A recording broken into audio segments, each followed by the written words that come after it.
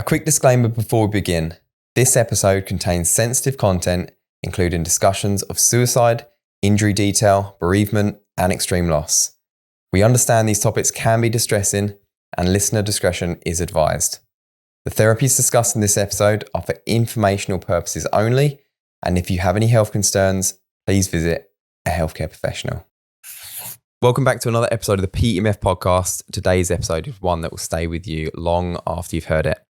My guest Jade has been through more trauma than most can probably imagine, from losing children to being told she'd never walk again. Jade's journey is one of unimaginable loss, resilience, and healing. Through holistic therapies, including PEMF and Reiki, she's defied all odds and found a way forward now.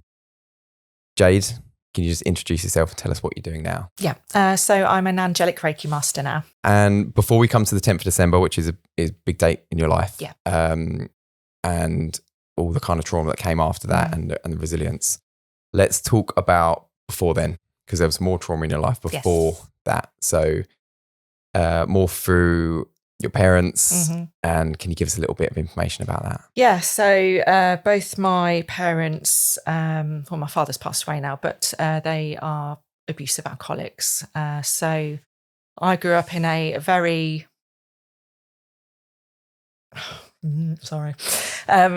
I grew up in a very abusive household. It was awful every single day. I felt like I was treading on eggshells because I never knew how my parents were going to be reacting to certain things. They were always attacking each other, drinking every day. And it wasn't until I got older that I sort of understood that it was alcohol, because when you're a little kid, you don't really understand what alcohol is. So I would then see how much they were drinking. We were very known to the police as well, because my father would just get arrested, sleep it off in a cell, and then literally get dropped off the next morning. But years ago then, domestic abuse wasn't really recognised and not supported either. So a few things that I do remember, because I blocked a lot of it out in my mind. There was one time that my father came home very, very drunk, don't know where he'd been, and an argument started to happen. He was then going around every room, because it was quite a big house we lived in, pulling out the phone lines because I was trying to get there to ring the police. Managed to get to the one in the dining room, and all I had to say is my surname, so they knew who we were. So they come, take him away, and that was awful. There's just so many, but there was another one where he came home and it was really, really bad. So I got woken up by my mother, told to get out of bed. I was just in my little nightie. I must have been about 8 years old. And she said, "We've got to go." So we're trying to flee out the house as quick as we can. We didn't even have time to put shoes on. So we're running up the road it must have been about 3 o'clock in the morning. And we got halfway up the road and I said, my feet really hurt, because obviously stones and gravel and things. So we ended up having to go back. So quickly she ran inside, got our pair of shoes, and then we went to our nan's, which wasn't too far away. And I do remember it was a Friday evening, because that stuck with me, because I couldn't go to ballet the next day, because I always did ballet on a Saturday. But I felt safe in my nan's house. So that's one thing. How old were you at that age? About 9 years old. But this was just a regular occurrence all the time. Some days it wasn't too bad. Other days it was prolific. So you'd wake up and my mother would be wiping the walls of blood. And my father used to like to urinate everywhere just to aggravate. The only time I ever saw him sober was when we were in Florida and I was about 3 years old. Because he knew over there, if you start to hit your wife, you're going to get locked up. Whereas over here, it's a lot more lenient than it was. So that was a quite nice holiday, obviously. But I mean, we went all over the place abroad, but it was never nice because you knew what was going to happen. And when you got back as well, it was just it was a lot to deal with as a child, and I felt like I needed to protect my younger brother as well. So you end up growing up quicker than you should, and I didn't really have a childhood. Do you think that almost felt like normal life at some it point? did. Yeah. Because you do. When something happens all the time, it does become normal to you. And outside looking in, people used to see, nice big car, nice beautiful house, holidays, dressed beautifully. Oh, they're a lovely family. But behind closed doors, it was just not that at all. It was the total opposite. I was 2 years behind at school academically in primary school because I'd get flashbacks, things just running through my head all the time, and I couldn't concentrate. But the school did know, but I didn't think they knew quite to that extent. They were told that under no circumstances that my father should pick us up because he used to try and pick us up drunk and drive us home. So they did put a stop to that. So there was a little bit of safety there, but it was just horrendous, really. So outside forces could see obviously this going on as well. So where you guys were thinking it was more normal life, you can kind of pick up on the idea that it's not, because other people are telling you it's not normal, and they're putting things in to prevent it from happening. Yeah. And you told me before this interview that you're one of 6? Yes, one of 6 children, So there was a few of you around. Yes. Did the rest of the siblings have this similar experience? Yes and no. So my mother wasn't as bad with their father.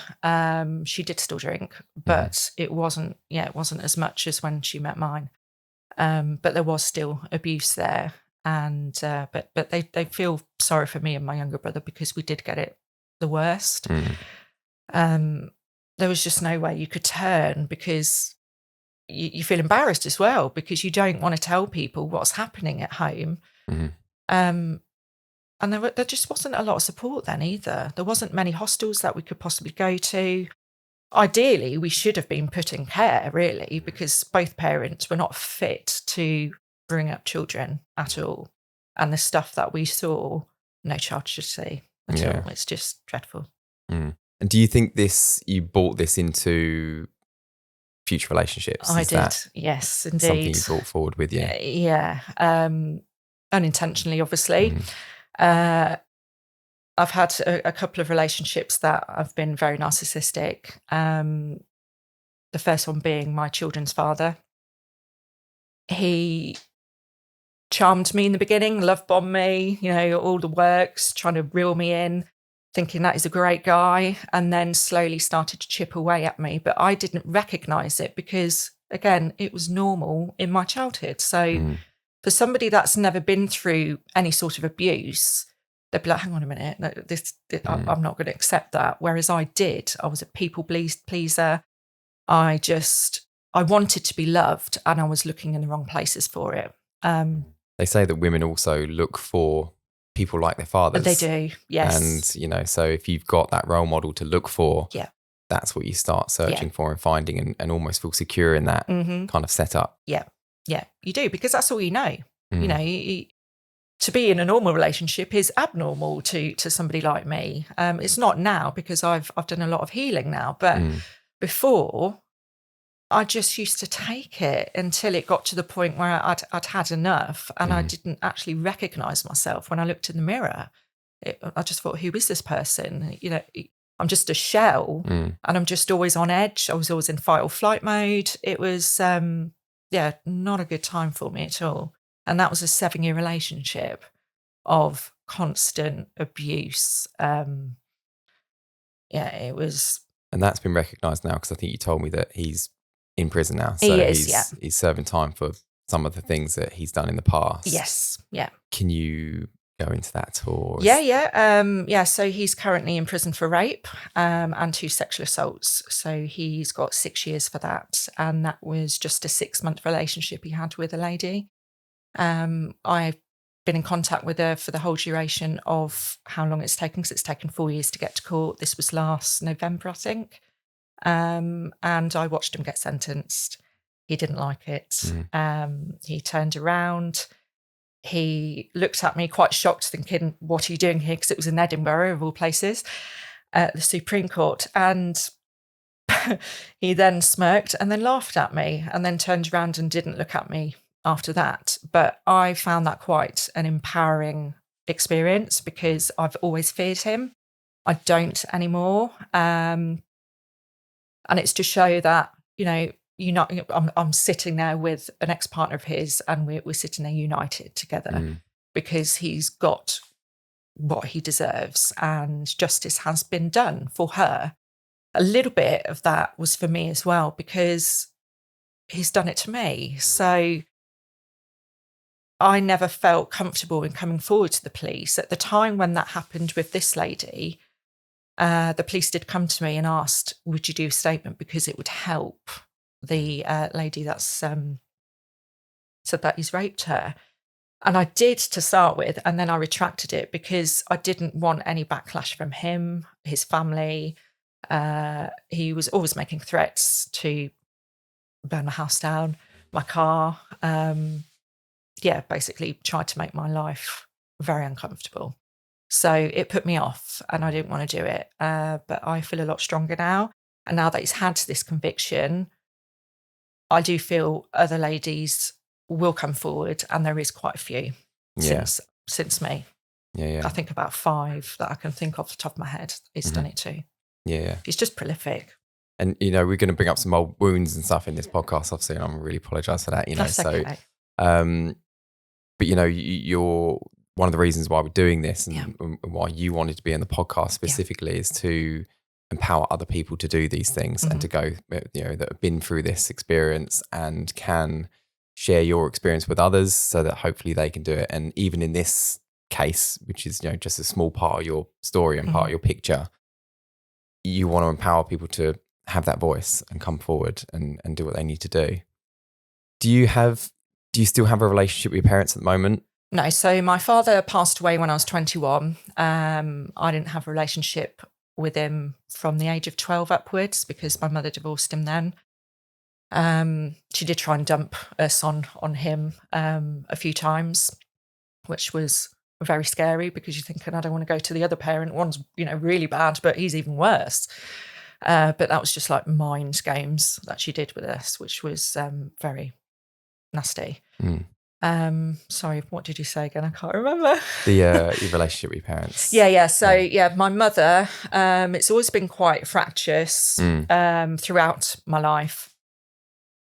She would ring you up very drunk. This could be any time of the day. Sometimes it was morning. And she'd just keep ringing and ringing and ringing until you answered. And if you didn't answer, the abusive text used to start. And you'd get this anxiety. As soon as the phone would ring, you'd look and think, and all these things would run through your head thinking, will she be drunk? Will she be sober? Will she have a go at me? Will she have a go at one of my other siblings? Am I all right to answer this call? So that used to happen all the time. And I'd answer. Sometimes she was okay. And then it was like the sense of relief that she was actually having a go at one of my other siblings and it wasn't me. So we used to joke and go, who's flavour of the month? Because it used to change. I used to be like a little favourite and then she'd hate me and then she'd go on to the next one. So I stopped contact with her in 2021 and that was August. I haven't spoken to her since. I don't want to speak to her. I used to hate her. I don't anymore. It's a lot for me to forgive what she's done. But for me, when you hold in so much hate, it starts to affect you in many ways. So I've let that go. It has been very difficult to do, but I have. And I've energetically sent her love and peace and forgiveness. And I've just kept it at that because I don't want somebody in my life that causes me pain.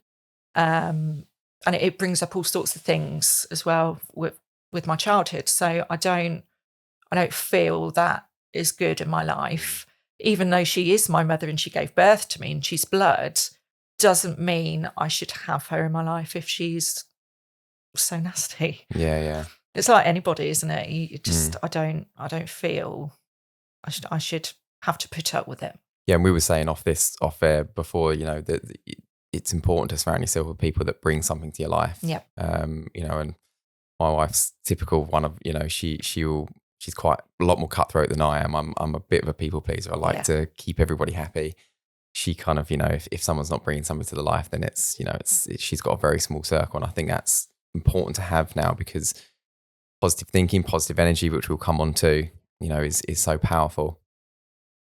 Sorry to do this to you, take you back to that day. Yes. I want to talk about 10th of December, 2020. So it's obviously just 4 or 5 years ago. So it's not a long time, but I think you'll say a lot has happened since then and progressed. But can you take us back to the morning and how that day progressed and what happened? Yeah. So it was about 7 o'clock in the morning. I was in bed and I could hear this alarm, and I thought, what is it? And then I could hear my daughter screaming for me because it was a 3-story house and I was at the top and her bedroom was just on the landing bit next to mine. So as I open the door, I'm hit with this thick black smoke and the most intense heat I've ever experienced in my life. I'm trying to open my daughter's door and I can't open it. And I don't know whether that was because of the heat, it got jammed. I don't know. So I'm shouting at her saying, I'm going to get help. So I run back into my bedroom because I couldn't get down the stairs. The stairs had already gone. There was like a couple of stairs and that was it. So it was just chaotic, really. So the fire taken the stairs? Yeah. So I ran to the window. I was trying to find my phone, but I couldn't see it because then the smoke started to come into the room. With fire safety, you know, you're supposed to close doors and things like that. But when you're actually in it, you don't think of these things. You just need to get help. So I open the bedroom window. I'm screaming, trying to see if anybody can hear me. And there was a lady walking down the back of the gardens. She looks up and says, "What's happened?" So I said, "The house is on fire."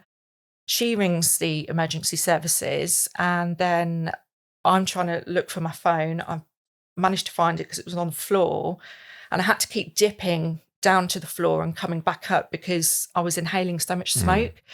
And then the chaos was even more. So there was people coming into the garden. I was like, "Can you open the back door?" To one of these guys, and obviously it was locked, so he couldn't do that. And then I said, "Look, my children are inside as well," because my partner at the time had just left to go to work, literally just left.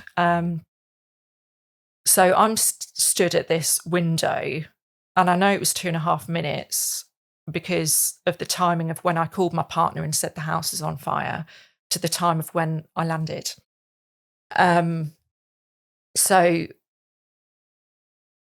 I can still hear my daughter screaming. And I then hear my partner come in and I can hear his voice and he's like, "Where are you? Where are you?" And I'm shouting in the bedroom. Sienna's in her bedroom. "Where's Isaac?" Because he was on the middle floor. Mm-hmm. And I could hear other voices as well. So I didn't know who was in the house. Now I know that it was my partner and 2 other neighbours that went in because the fire service, there was, I think, about 5 different areas of firefighters that came. They deemed it too dangerous to go in at the time. So my partner was like, "I can't just stand here and watch." So he went in with 2 others. I'm still stood at the window. There's lots of people in the garden talking to me. I'm crying.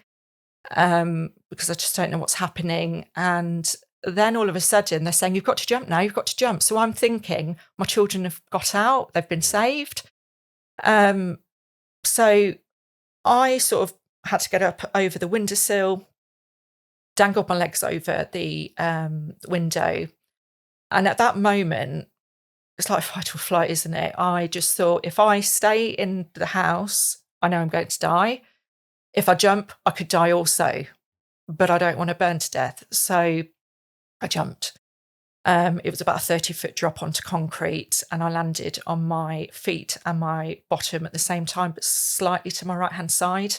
So the right-hand side of me is a lot worse than the left. When I landed, I did hear the crunch of a lot of bones being shattered, and I then had this near-death experience.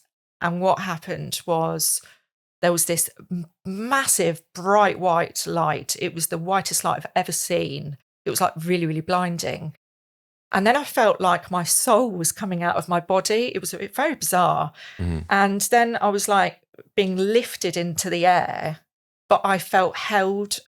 There's so much love and compassion. It was a very beautiful experience and so warm. It was just, I can't put it into words how euphoric it was. And then all of a sudden I felt this pressure come back into my physical body. And that's when I took my first breath. But apparently my eyes were still open when I was having this experience. I found it very difficult to breathe. And people are like, are you all right? All right. And all I could see was just all these broken bones. My wrist, there was bones sticking out. My right foot, there was bones sticking out. There was a lot of blood. And all of a sudden I heard this boom and all the glass shattered and I had glass sticking in my back. It was just everywhere. So at that point, people in the garden and also my partner decided to move me. So not knowing what injuries I had, my partner had my ankles and somebody was underneath my arms and they dragged me around the corner. I don't know how long it was until the emergency services got there, like the ambulance. However, whilst I was laying there, I kept asking, where are my children? And no one would look at me. And this went on for a little bit longer. I kept saying, where are they? Where are they? Just no eye contact. And all of a sudden, my partner dipped his head down, shook his head, and I made this animal roar. It was very harrowing for everybody to hear. Still sticks with people now because of that noise.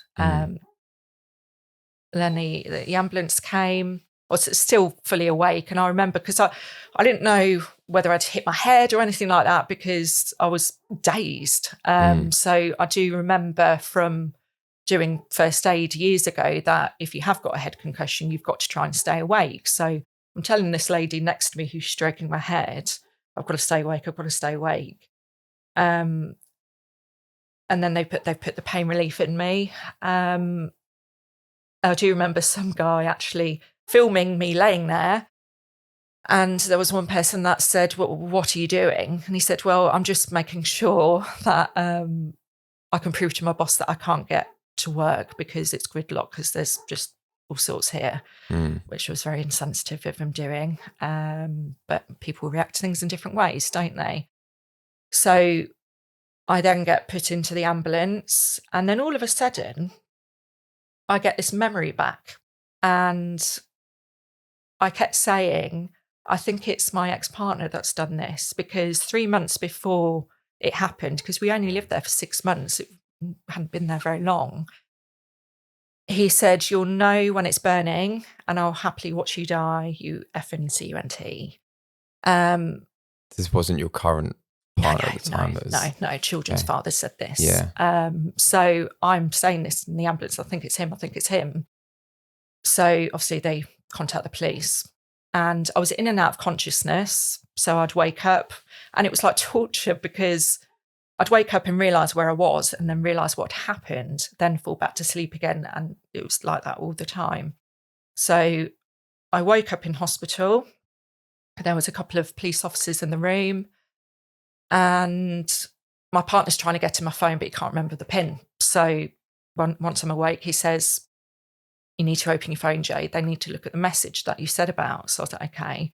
Gave it to one of the police officers. And I said, look, I've got 10 years of text messages on here because I've kept them. They're all very abusive. Here's the one that says that because I think it's him. I said, I don't think he would ever hurt his children, but he would hurt me. So he read that, obviously not jotted it down. And then he's then looking at the other messages and he said, yeah, he's delightful, isn't he? I said, yeah, I've had it for a very long time. Even after getting rid of him, it still continued. And the way in with that was he would just contact me about the children, but also have abuse added onto that. But we did have a restraining order for a year after I got rid of him because He was just so threatening and abusive and wouldn't leave me alone. But he behaved sort of after that. So there was no need to have another restraining order. But I felt safer when I had that because it gave me a little bit more protection. So then family start to come in the room, in dribs and drabs, because I've got family all over the UK. And again, in and out of consciousness, I'm not really understanding what's happening and what injuries I have. And when I wake up again, I can see all my family around my bed. And then this chaplain walks in. I'm thinking, oh, this isn't good. I'm going to die, aren't I? So I said, you need to go away. I'm not dying today. And it was lovely. I actually became quite good friends with him after that because he visited me daily. I'm not religious at all. I don't like religion. But he was a nice little safety net for me to have some sort of contact. And that's when I started to learn what injuries I actually had. So it's a long list. I shattered both my heel bones, my ankles, my pelvis, my sacrum, my spine in 4 places, my sternum, right hip socket, right wrist, all my toes, these 2 fingers. Just trying to think if there's anything else. And I had a lung contusion as well. And because of the open fracture on my right foot, I had to have a skin graft as well. So that was done, I think, about 5-6 days later, because they tried to sew it up and it kept reopening. So that's why I had to have that done. The operations were 9-10 hours long. So I've got metal work in my ankles. I've got screws and plates in my wrist, 2 big long screws at the back of my pelvis, keeping my pelvis together.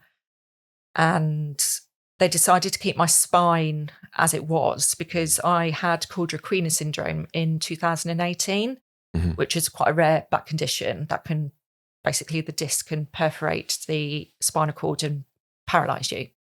So they didn't want to make it any worse. So they just said, look, we'll see if it just can heal on its own. But when I looked at the x-rays and the MRIs, it does look still quite a mess because it's all mashed together.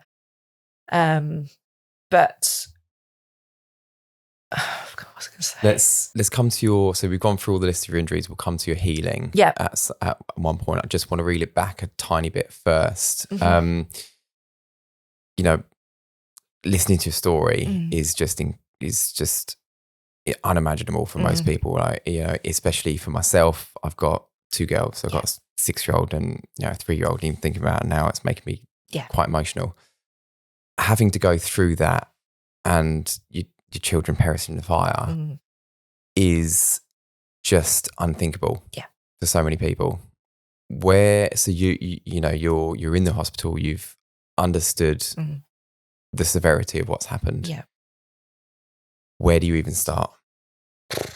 It's kind of, for other people to understand, where do you go from there? What it's, you've got to deal with the understanding first. Yeah. And then what's going on in your head to then get through that pace. Basically, you've got 2 choices. You either live or you die. And at that point, I did want to die because my purpose were my children. Sienna and Isaac were my world. And when that's been ripped away from you, it's very hard to come back from that. And also having to deal with all the physical injuries I've got. And then laying there in absolute excruciating pain, even though you've been given all this pain relief, it's just not touching it because the severity was just extreme. I then actually started to, it was obviously PTSD. I started to see smoke in the room a lot. So that used to panic me and I'd be like, because I couldn't move. And then that's when a psychologist came in because I turned around to my mother and I said, I just want to die. I'm looking around the hospital room to see if I can grab something to kill myself with because that is exactly what I wanted to do. And So that's when she brought in this psychologist, and I spoke with her very frankly and said, I want to die. What is the point in me living? Look at the state of me. I've lost my children. I can't cope. No parent should ever go through that. And so I think that feeling that people will go through is normal. So, you know, you obviously not wanting to be there, you know, if I was in the same situation, I would 100% be, you know, there and living that moment. So where do you go from there? How can you, at what point do you start to think life is worth me being here? Well, I'm trying to remember. What I did do is I did meditate every single day because I was trying to change my mindset of being so negative, because it is a very negative experience. And I know with your mindset, if you start to try and make it better, you're going to feel better and your body's going to start to react. So yeah, I did that every day. I'm trying to think. I would say probably halfway into being in hospital, I started to get my fight back in a way and think, no, actually, I need to get better. I need to get out of here. I need to work on myself and get the help that I need. So yeah, that's what I did every single day. Just kept pushing all the time. And it wasn't a quick process. So it wasn't, no. you know, this is the thing. So, you know, anyone that's going through this kind of trauma or the same sort of experiences, you can understand that this anger, everything is normal, is part of the process. And at some point, you get to a point where you can either deal with it, accept it. Yes. And, you know, I hate saying the word move on from it because I don't think everyone ever will move on from something like this. But shift happens where you can deal and experience and share with others. Yes. So we'll come to that. We'll come to your life now, your healing, all that sort of thing. We'll touch on that soon. The actual, when you jump from the window, the accident that happened to yourself. So again, you know, there's so many layers to this. Yes. You mentioned it as like euphoric, that feeling. Can you just take a deeper dive into that and explain what you mean? Yeah, well, the most euphoric feeling, it was my whole body tingled. I felt absolutely amazing. There was no pain. It was just pure love that I felt. And it was similar to when I had a near-death experience when I was 3 years old, where I actually met my great-grandmother. But I didn't know who she was until years later when I saw a picture. But it was, I didn't want to come back. Yeah. And sometimes even now I think, you know, although I'm still living now, a part of me still feels that I shouldn't have, because I should be with my children. And I look at every single day as a step closer to being with them. I'm probably going to be here until I'm about 90, but every day is a step closer, and I do sense them. I'm quite spiritual anyway. So yeah, that near-death experience, you hear it all the time, don't you? They're very similar. No two are the same, but the light was just the brightest light ever. But it was quite short in that experience. It wasn't that long, because some people actually go all the way over to the other side, don't they? And see how beautiful it is. So what do you think that was in your experience? Do you think that was the afterlife? Do you think? Yes. Yeah, definitely. Yeah. Because that's the second time I've experienced it now. And very, very similar. And just the way I felt. Yeah.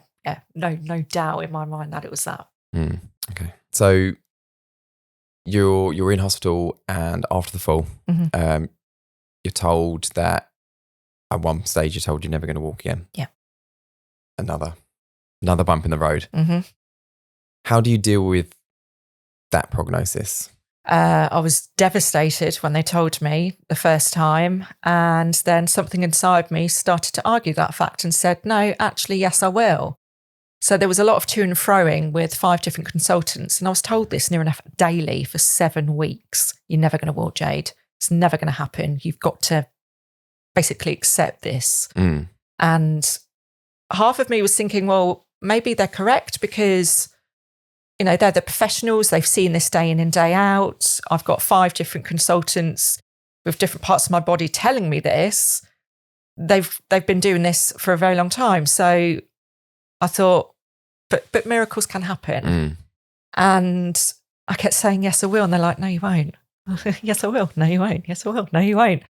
And why do you think they are like that? Because we hear these stories all the time. Yeah. We know that they're very adamant that you're not going to get better. Is that in medical training? Are you supposed to give people the worst case scenario so that they can work up from that? Yeah. I think it's probably the latter that you just said, because people need to know what their options are.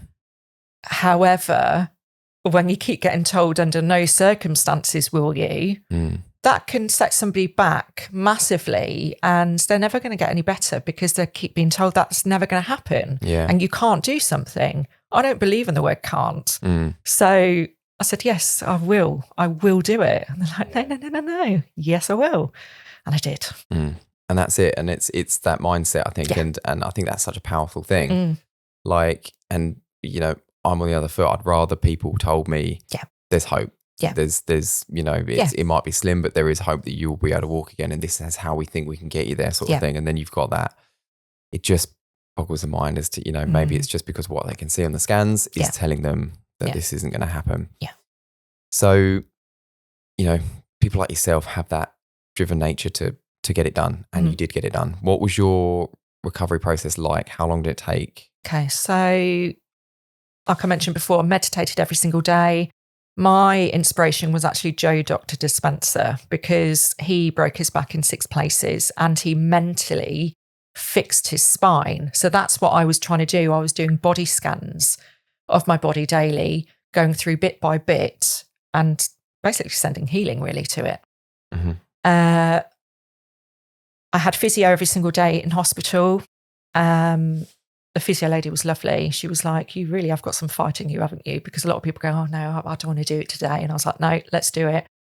It started off very simple, just doing very small exercises at the top half of my body because I couldn't move from the waist down, and then sliding off the bed onto a chair on like a board, which took forever to start with because I didn't realise how quick muscle wastage set in because it's never happened to me before.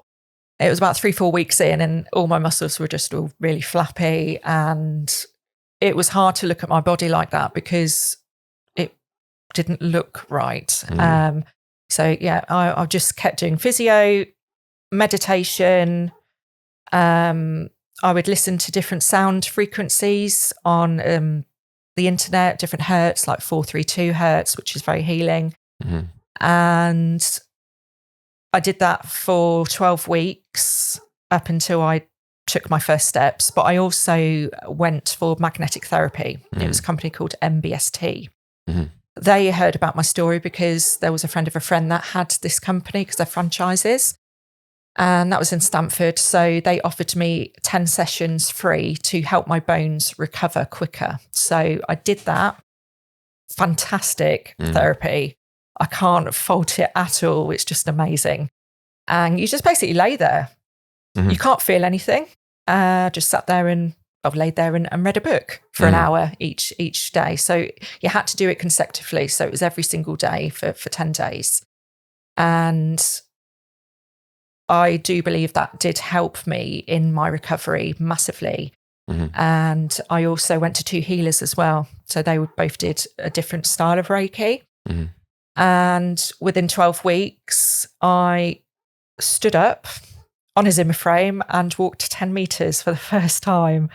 It was excruciating, but absolutely magnificent at the same time. It was just an amazing experience because I thought, yes, I am on the road to recovery now. I can do this. And, when you hit rock bottom, the only way is up. Yeah. And again, you hear these sayings, what doesn't kill you makes you stronger. And it really has. So every single day, I just keep practicing. And then my muscles started to work better then. So yeah, after that, I was just so concentrated on my physical recovery because I needed to get out of a wheelchair. Yeah. For me personally, I don't think I would be able to cope in a wheelchair full time forever. It's just something I wouldn't be able to do. And I did say openly to my family and friends, if I can't walk again, be prepared to go to my funeral, because that was still in my mind, because I thought I won't be able to cope. Yeah. I'd even wrote all my funeral plan out, who I wanted to go, my music, what coffin I wanted, everything, which sounds really bizarre to a lot of people. But when you're in that situation, everything's very black and white. Possibility, Yeah, it is. So yeah, I just kept doing that. And it just got better and better and better, really. So mindset's a big thing. Yes. If anyone listening to this podcast, I might have listened to the episode with Dave Bolton, and he was given a couple of months to live with brain tumor. So, but one of the things that he really attested to his recovery was, and the fact that he's still here today, 9-10 years later, is his mindset, and his mindset to get better and to keep going and to be here. Yeah. How much do you think that played a part in all of this? Massively, because when your mind is positive, especially when you're telling yourself that you can do something, your body follows suit. If you're of a very negative mindset, your body starts to react in that way. You start getting illnesses, insomnia. There's all sorts of things that can happen in your body and also your mind. So yeah, positive mindset is very, very good for somebody that has gone through a lot of things, especially that gentleman. Because if he'd had gone, okay, I'm going to die, that's what is going to happen. And it makes your body healthier as well. Yeah. And you've got to be kind to yourself, because if you're hating parts of your body or what the situation is, it affects you in every single way. And that's paramount for me. I had a lot of negative thoughts for a while, but I would flip them again and go, look at the progress you're making. Look at how amazing that you've done since laying in a hospital bed, basically hemorrhaging to death, and not wanting to be here, to actually getting on your feet and walking. Yeah. It's just huge milestones. It's mind-blowing, really. It really is. And if things couldn't get any worse, if anyone noticed the date in which we said that this all happened in 2020, it was lockdown. Yes. It was COVID. It was probably the worst time for so many people, not even having to deal with what you was going through. So, what was your experience like in hospital during COVID? So I think I spent about 4 weeks in intensive care. So I think for the first couple of weeks I was allowed, my mother, my eldest sister was there every single day, and my partner would visit every day. And he would feed me and stuff. But after that, they basically said, you can't have anybody now. I went into complete meltdown. I actually screamed and said, I cannot cope. How can I be in a side room on my own with nobody? I've lost my entire life, and now you're telling me I can't have anybody. I understood it was COVID, and they've got regulations, and it was complete lockdown in Adam Brooks Hospital. There was no visitors allowed. So they actually had a big meeting, because my case was very different. It's not just a car accident, where you've hurt yourself. I've lost my children, and they did agree to have one person. So I felt I couldn't pick. So it was either going to be my mother or my partner. So my partner basically picked for me, said, you need to pick your mother, because you'll never at the end of it if you don't.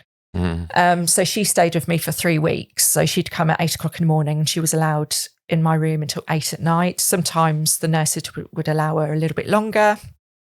And at that time, we actually had a nice relationship, and it was, not too bad actually. And obviously she wasn't drinking. So she was a rock to me then. And it did help massively, but I still was very, very suicidal. And that trying to cope with the pain everywhere was a lot. And every time you tried to do anything, it made it worse. But it was a very, very lonely time for me. And even after those 3 weeks when my mother left, I was then left on my own. So the only communication you've got is your phone, isn't it? So I'd, text people. My phone was always going off. Loads of people, friends, family, asking how I am, what my recovery's like. So I'd FaceTime a lot of people. So that was the only connection I had. So I do feel so so much sadness for everybody that was in that situation, and also care homes, because it was just nothing, wasn't it? You were just left. Mm-hmm. And that causes a lot of mental health issues. And I think it still does for people now. Very lonely time. And it's not just throughout COVID times, there's people going through that at home as well that are very lonely. Yes. So it's that connection that people really need. Yeah. A lot of fear as well around it. Yeah. So going into the practices you use to get yourself back walking, get yourself back up and running again. Obviously you use normal NHS hospital protocols. So you went through that process. If anything, they were just telling you you're not going to walk again. Yep. What did you use alongside that helped? Okay. So where was the external factors that you brought in? Yeah. So like I've mentioned before, meditation. I had the magnetic therapy done. Mm-hmm. I had the healers that I went to. And then I started having acupuncture as well, and hydrotherapy, which was everything of that combined. I think, it all complemented each other because it was helping different parts of my body. Yeah. And then one day I opened Facebook up, and then I see this advert for Angelic Reiki, and I thought, never heard of that. What is that? So I thought that is a sign, because I'm very much into everything comes to you for reasons, and I was obviously meant to see it. So I contacted the lady, and she's local to St. Neots, and I said, I think I need to see you. And she said, I know who you are. Because it was all in the news at the time. It was everywhere. Even people in Scotland knew about it. So I went to go and see her, sat there for about 4 hours just chatting to her, felt very, very comfortable, because I'm very much in the mind of, not everybody's for everyone. So you've got to click with that person to be able to learn or do stuff with. And felt very comfortable. And what I did is, because I don't know anything about angels or archangels really, all I know is Archangel Michael, because he's in every biblical thing going. So I did 2 little courses learning the main archangels, because there are so many. And then another course doing other like mini healing things before I did my practitioner's course, because I didn't feel comfortable in just going straight into that. I like to learn properly. So I did that in, I think, 2022 in the summer. Thoroughly enjoyed the course. Weirdly, when she was teaching us, it was like I already knew it. It was a very, very strange experience, like deja vu. I thought, I've been here and I've done this. And it was quite an intensive course. So I did that, which I was very proud of, because what I wanted to do was have a career where I'm helping people. Also, it's helping me, and it's something that I can do as and when, because I didn't want to be employed by somebody, because I still have days where the pain is quite harsh and it's difficult to function, and I didn't want to put that pressure on myself and a boss. So I thought I need to work for myself. And because holistic healing has done so much for me, I know it works. I'm a walking product of it. So why not do it? And it's something I absolutely love to do. It's a beautiful modality, and it's helping so many people. So that's what I started to do. And working with crystals. I absolutely love crystals. They're everywhere. Yeah. Very, very healing. And then a couple of years later, I then did my master's course. So with that, I can now teach others to be practitioners themselves if they wish to. But that's the highest sort of grade you can get in Reiki. Again, weirdly, I knew things. It was very, very strange. It's just something I absolutely love, and it doesn't feel like work. So that for me is fantastic, and it's a massive passion for me to be able to give this to others and help them. Cool. Okay, so I keep reeling back a little bit. That's okay. I want to just touch on all of the different things that you did to help heal, because anyone going through similar situations, like obviously when you say meditation, things like that, you know what that is because you have been in it, you've lived it, you've done it. Yes. What did meditation look like for you? So I basically went on YouTube and I Googled guided meditation to start with. So it's somebody speaking, telling you to lay down, and they're going bit by bit with your body, saying, relax your ankles, relax your face, things like that. Very, very relaxing music. And it depends on what you want, really. Your duration time, some of them are half an hour, some can go on for a lot longer. And then once you start to get used to that, you can then do it on your own. You don't need somebody talking to you saying what you need to do. So I don't do guided anymore. Everything, I just Googled everything. I just basically researched everything that I could think of to help. So yeah, that's basically what I did with the meditation. But it's good. It does help. It's a good explanation because it shows how simple that is and how simple it is to get into it. People think meditation is quite scary. Where do you start? What do you know? And it's as simple as finding a video, guided meditation. Yeah. Start there. Start learning how to do it yourself thereafter. Yeah. So you mentioned magnetic therapy as well. Yes. And you touched on it, but who introduced you to that? Where does, because a lot of people when we talk about PEMF, talk about magnetic therapy, never heard of it before. It's not something that people actively go looking for. Yes. So where did that come about? Okay, so I knew about PEMF because originally it was used for horses, wasn't it? Yes. When they go lame and things like that, when they have injuries. And it's fantastic. So somebody actually said, get a PEMF machine. So I looked into that and that was still in the back of my mind. But it wasn't until a friend contacted me and said, I've got a friend that's got this business. They really want to help you. And I was like, what is it? And she said, it's magnetic therapy. It's a bit like an MRI, but it's open. You're just laying on a bed. It's a hard bed. And there's different processes. The one that I had helped my bones because osteoporosis can set in, and it basically kickstarts everything and it speeds up all your cells in your body and helps you heal quicker. It's absolutely fantastic. Anybody that's got injuries should go and have it done.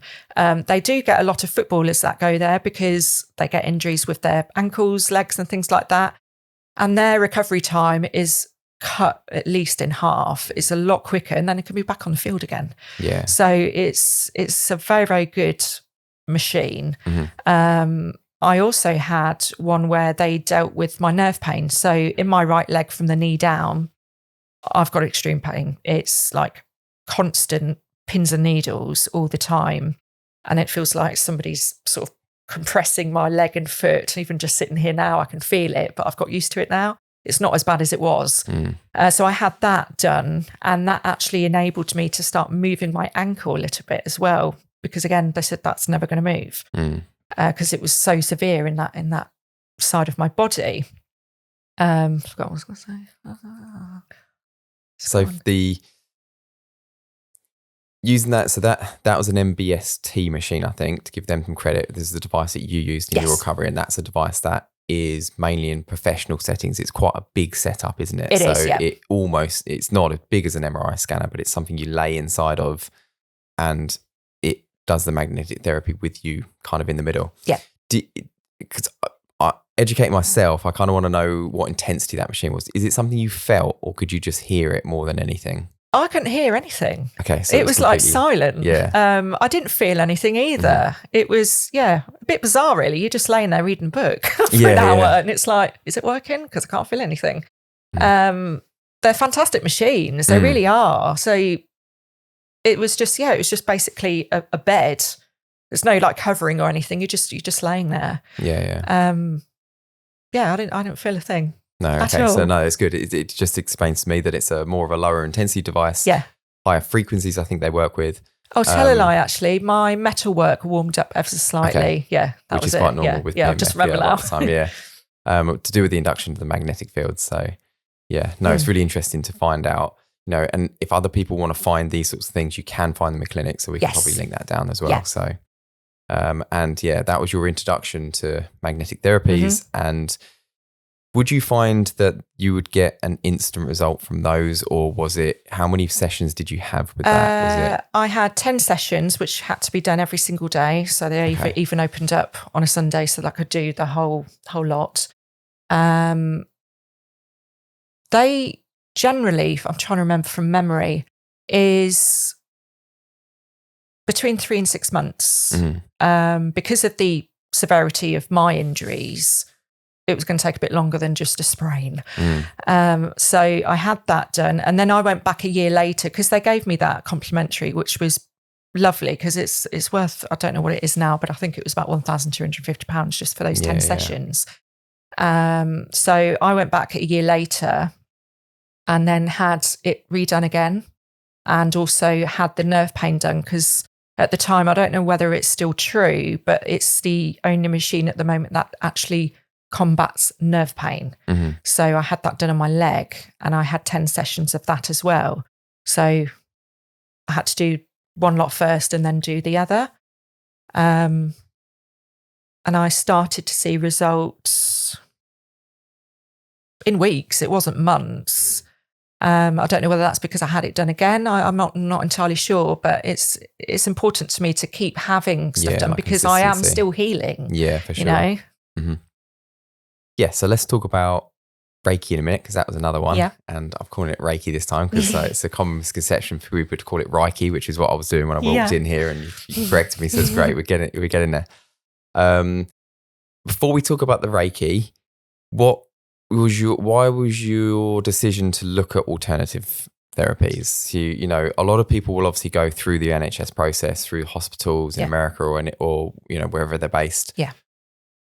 Why did you take that leap into the holistic or alternative complementary side? One reason, well, there's a few reasons. One is I only had limited physiotherapy. It was basically off you go. You're never going to walk. You'll be bedridden in a wheelchair. You've got to accept it. Yeah. So I didn't get anything else from them.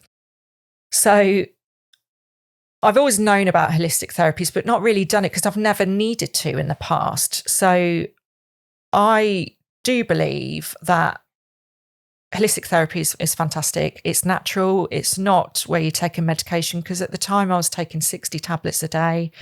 I was having these massive big bottles of oxycodone, which is double the strength of morphine. It's basically fentanyl, heroin. So I was basically a pharmaceutical heroin addict. Not through choice. Yeah, which is a huge problem. Massively. And it's very difficult to get off. Very Mm. difficult to get off, yeah. There was a big thing in America a while ago, wasn't there, where they were promoting it as being non-addictive, it's great, it's this. And yeah. I've watched quite a few films of that and it does hit home because it's destroyed so many people's lives. So yeah, a heavy medication. I started to wean myself down because I was like, I need to get off some of this stuff. Also because I was then getting more mobile. I needed to do this because you're not going to get the root cause of the bottom of a pill bottle. I can't stress this enough. It just masks things. And that's all that pharmaceutical industries do. They just basically promote all these drugs and then off you go. You know, nothing ever gets done really. And GPs as well. Not every GP's the same, but I had a great GP years ago that would never give you a prescription to stuff. He'd be like, you need to do this, and this. You don't need tablets. But there's more people that actually do. So I slowly started to come off things. So I'm no longer on antidepressants. I was on them for a very long time, even before the house fire, because of all the abuse I had from childhood and adulthood. I think I started taking them in 2011. So it's a long, long time on them. And they're only supposed to be meant for short term. But however, they just kept carrying on. So I came off those because I needed to feel more. And there's a saying, you need to feel to heal. Yeah. Because I was quite numb to a lot of things. I'd watch a program and normally for somebody else that it would probably make them cry, depending on what it is. And I'd have no response, nothing. And that was important to me to start feeling more. So I gradually came off them. Then all the other tablets as well. So from 60, I think what am I now on? 20 now, which is massive. Yeah. It's taken a while to do because a lot of them are very, very strong. However, I do believe I will come off all of them completely. But again, it's going to take a little bit of time to do. But having all this holistic therapies done has contributed to getting my medication down because if I didn't do all of that, I would still have to take so much pain relief. And that's not good on your body, your stomach, anything long term. So yeah, that's what I did. Yeah. No, it's good. And you've still got that positive mindset and Yeah. you've got a goal. Yes. You know, get yourself down on these. So Reiki, talk to me about Reiki. Yeah. So what was your introduction to Reiki? Yeah. Why did you have it, go into that route? And Yeah. for a lot of people, can you explain what is Reiki? Okay. Because I think, you know, obviously you understand it, you live it every day. So, yes. But there'll be people listening to this and they have heard of it, but maybe not not understand what it alien actually word. is. Yeah. So Reiki is basically energy healing. Sometimes you can place your hands on the person because there's different types of Reiki. There's so many. Or you don't touch the person at all, but it's done with your hands and crystals. So when I do healing, I tend to get quite hot and my hands get really hot, or they'll go really cold. So that means different things for me.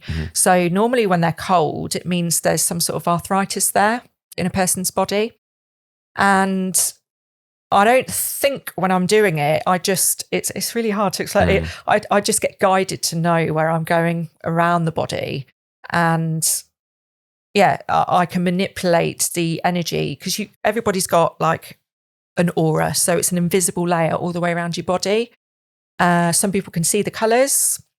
Normally when you see an aura, you have to be behind a white wall and then you sort of like zone your eyes out and then you see like, it's really weird, like a halo to start with, like a bright light around, and then the colour starts to happen. But the aura can change, but you do normally have a primary colour. Mine's pink. I can't remember all of them now because they're all different, but it's all the colours of the rainbow. And 7 is quite a significant number in a lot of spiritual things. So there's 7 chakras. So they're energy centres in your body and they're up the spine. And how I explain them is, like a Dyson Hoover and you've got like the little cyclones everywhere. Yeah. So they're like little spinny wheels going round. So when they're blocked, which can happen to anybody, the energy isn't flowing freely around your body. So then that can start to manifest in physical illnesses. So if somebody gets a lot of headaches and things like that, one of their chakra is blocked. So the way you unblock those is I use tuning forks. So they're like 2 prongs, and then you tap them, and then you either place it on the person's body, or you can do it around the person's body. So I've got a set of 7 for every single chakra, and they're set at a different frequency for that chakra.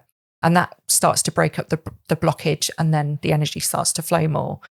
The other way I check is with a crystal pendulum. So it will tell me whether it's blocked or not, and also how wide your aura is. Because if it's quite thin, that means there's some pain or injury around the body. So, for instance, I could go round somebody's head and it could probably be about that wide, and then it will go really, really thin. I'll think, right, there's an issue here. So once I've done all the healing, I will then go around and check again to make sure that it's been dealt with. Some people find that their body tingles. Sometimes their pain can get a little bit more... the word. What's the word? Like intense? Yes, that's it. Yeah, So it can kind of bring it out almost to the surface. Yes, yeah. So it will be more intense, and but that does die down again. Yeah, and it's shown that it's working. And sometimes people don't feel anything, but it doesn't mean it's not worked either, because everything's energy, and just because you can't see something doesn't mean it's not there. Wi-Fi boxes, for instance, for people that think that Reiki is airy fairy mumbo jumbo, it's not. It's real. It works, and I mean, there's frequencies in everything, isn't there? That's of course the thing. There is. And when you tell people that there's frequencies in a Wi-Fi box or there's frequencies in sound, they understand. They get that. It makes sense, and a lot of music producers now put certain frequencies in their music, which is like addictive, and sets off, what you would call a chakra, and it's their energy, they like their vibe off it. So, frequencies are something that a lot of people, when you say that, it goes into this woo-woo space. Yes. And, it's something that needs to come back out and almost be put into the medical practices.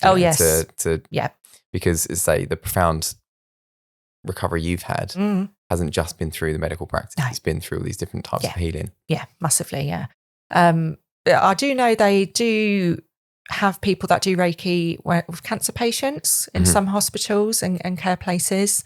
But I do feel it should be in every single hospital going. Yeah. Also, the magnetic therapy needs to be in the hospital, every single hospital, because it would accelerated healing side of things, isn't it? Yeah. Getting people out of, I mean, Yep. We tried doing out of the hospital quicker as well. Yeah, that's the thing. We tried doing something with the NHS many years ago to prove to them that we could get patients out of the beds quicker. Yes. Because we had to go at that angle. Yes. Because it was a cost-saving activity. And although the study was great, and it just still didn't resonate with them. So it's just very frustrating. It is, yeah. You're just like hitting a brick wall all the time. Out of my 5 consultants, 4 of them are completely on board of what I do, because they were like, how on earth have you managed to do this? And I reel it all off and they're like, wow. And one's still very scientific and is like, no, I don't believe in it. I don't even understand how you're walking, Jade, but it's fantastic. Goodbye. Yeah. So, which is fine. You can't push it on people, but making people aware that there is alternative things out there that are natural and don't have side effects. Yeah.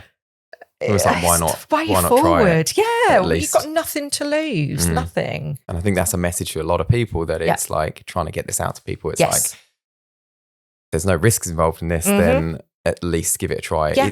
We're moving away from calling things holistic and alternative. Yep. We're moving into the world of complementary. And I think that really does work, because we're not telling you to stop taking tablets. We're not telling you to, it's try this alongside it and see what the effects are. Yeah. So I think that's really good. Yeah, it is. You mentioned people using Reiki for cancer, but what's your main audience, should we say? Who comes to you a lot of the time? Right. So a mixture of people, really. A lot of women. I have had, I think, 4 males that I've done now, because they're not as forthcoming. Men are more logical minded. So, it's more female based.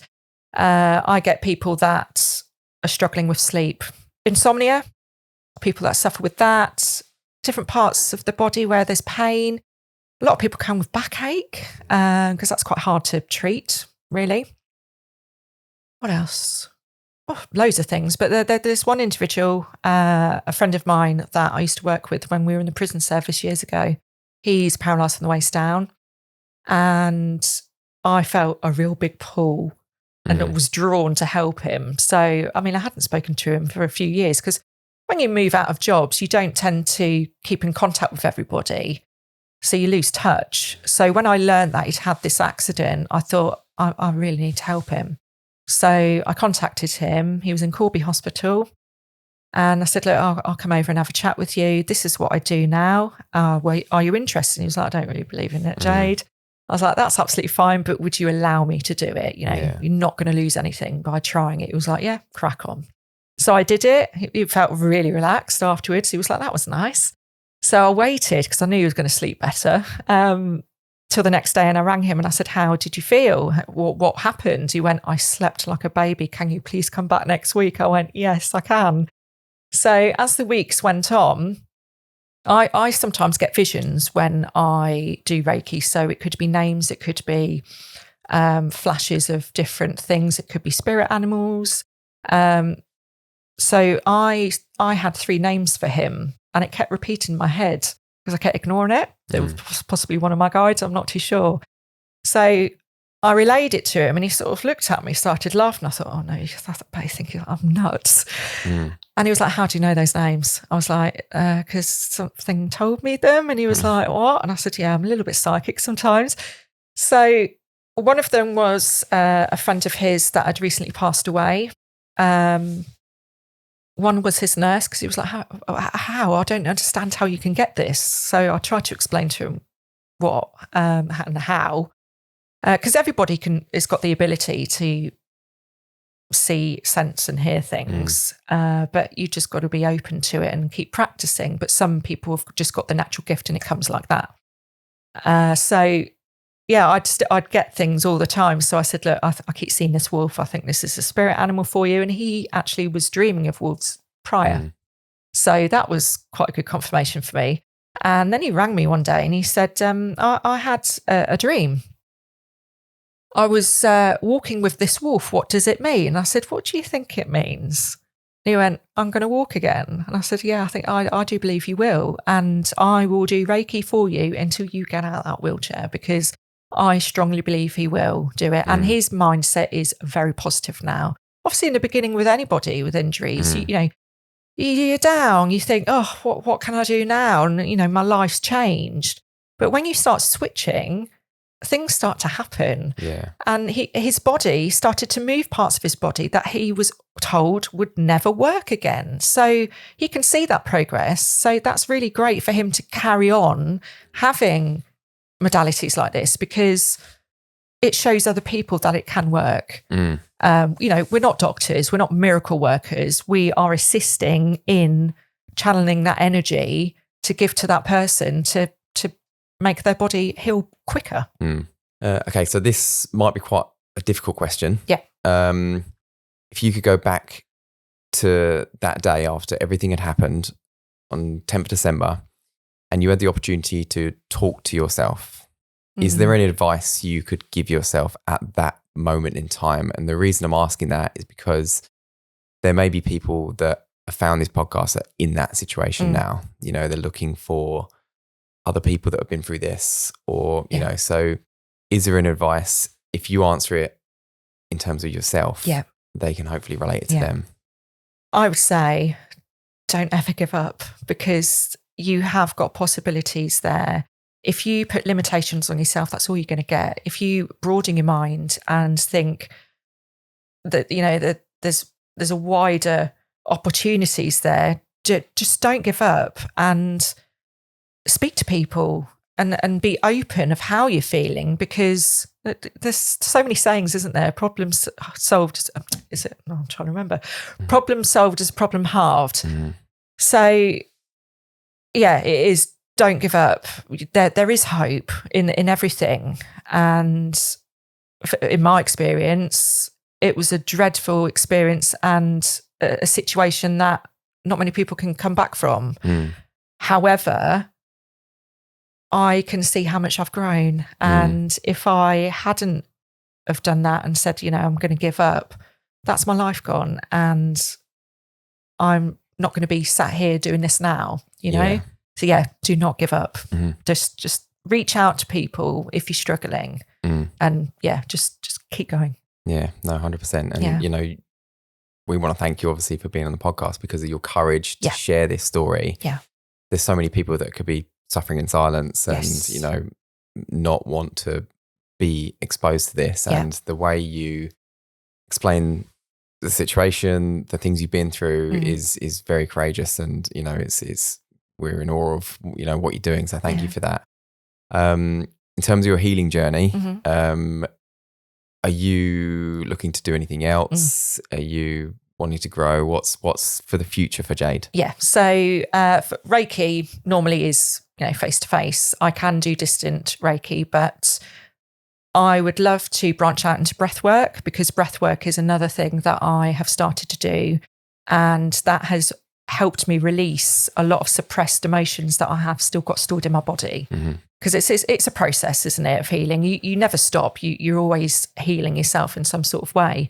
So that really resonated with me. So I thought that would be fantastic to complement with Reiki.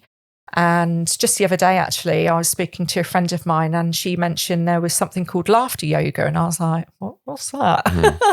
It's not yoga at all. It's basically letting go of the ego and laughing, because laughing releases so many chemicals in your brain, makes you feel good. And when you're depressed, got anxiety, if you are in a situation where you're laughing, what does that do? It makes you feel better, doesn't it? And it releases stuff in your body.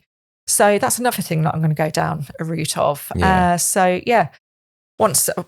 I do those two things, there possibly might be other things that I'll branch out into, maybe coaching even, because I have been through so much in my life. I could possibly help a lot of people.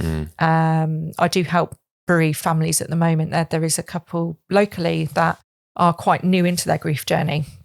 So I've pointed them in the right direction of things that worked for me. It's not necessarily going to work for them, because everybody's individual. However, when you're in that midst of everything, you can't think. So somebody that can guide you and tell you, there's these options, there's this, that, has helped massively. And also just sitting there and talking to me, because I know what it's like. Yeah. No two losses are the same. However, we're in a club that we never wanted to be in, and no parent should, but we all help each other. There is support groups out there that can help. I think that's so powerful, and your admiration to keep helping and giving back. And I'm very open about it, so I think that's why people gravitate towards me. They always have. It's they're like, I've just told you my life story and I don't even understand why. It's like, we're very comfortable. But it's just the way I am, really. And something you mentioned there, I think is quite nice message, is that people should put themselves into more uncomfortable situations, more like outside of their comfort zone. Yes. It's something that I'm doing a lot more now, and getting into this kind of health and biohacking and that sort of thing.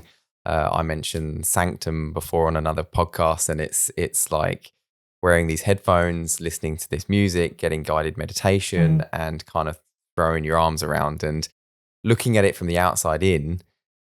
It doesn't look like something you want to be inside of. Yes. And then you get inside. It's like the laughing medicine that you say, when you see videos of that, you just see people standing in a room laughing at each other, and you think, you think you're that crazy. is like my worst nightmare.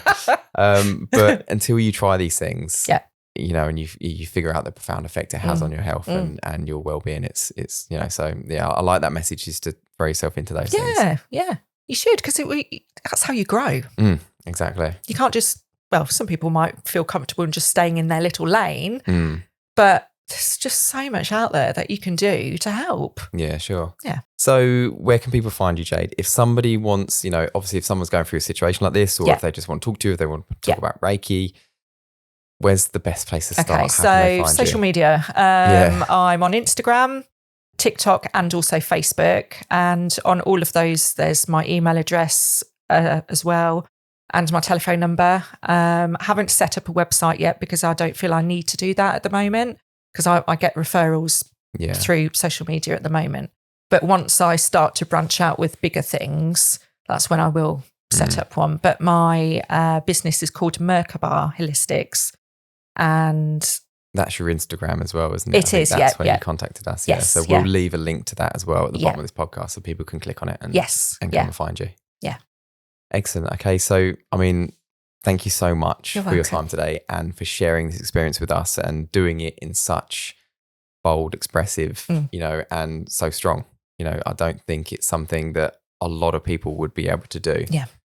So thank you so much, and I'm sure so many people are going to hear this and also, be in awe of what you're doing. So thank you for that. And I know you're up for a couple of awards soon. So I am, yes. Good luck for those. Yes, and we hope something comes through. Yeah. Lovely. Thank you.